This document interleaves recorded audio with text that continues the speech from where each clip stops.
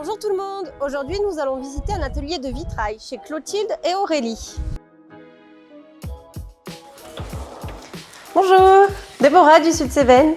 Aurélie Dupin et Clotilde Gontel. Donc vous êtes maître verrier, en quoi consiste votre travail? Est-ce que vous pouvez nous expliquer qu'est-ce que vous faites au quotidien et comment vous avez développé votre activité? On est restauratrice et créatrice de vitraux, donc on répond à des commandes publiques ou privées ou à des particuliers, on peut faire des appels d'offres et ensuite on va chercher ou on prend des mesures sur site et on travaille en atelier.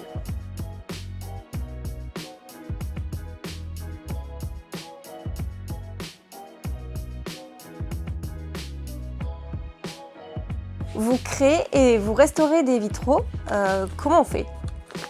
Alors par exemple pour la création, ça va partir d'un désir, c'est un client qui va nous appeler, il veut un vitrail. Donc souvent on va se déplacer chez lui, on va discuter avec lui c'est quoi les motivations, c'est quoi les lumières, est-ce que c'est au nord, au sud, qu'est-ce qu'il aime, on prend les mesures.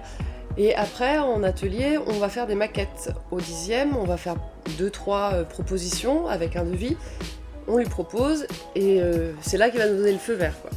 Et à partir de la maquette, on va pouvoir passer à l'agrandissement, donc à l'échelle 1, sur un papier.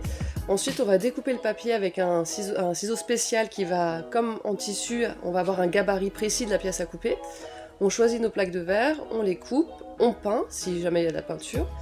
Ensuite, on monte en plomb et on soude et on peut poser le vitrail chez la personne. Et enfin, à ce moment-là, on peut voir à quoi ça ressemble. D'accord. Et donc pour la restauration, soit on va répondre à des appels d'offres, donc on va se déplacer avec notre échafaudage, on dépose les vitraux et après on va tout faire en atelier.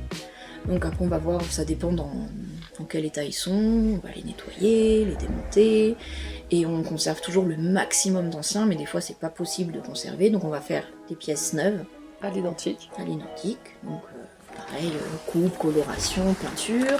Les pièces qui sont cassées récupérables, soit on va les coller, et si c'est pas possible, on va faire une autre technique, ça s'appelle du Tiffany. Et voilà, et après on remonte, on mastique et on retourne sur place. Où est-ce qu'on peut voir vos créations ou vos restaurations?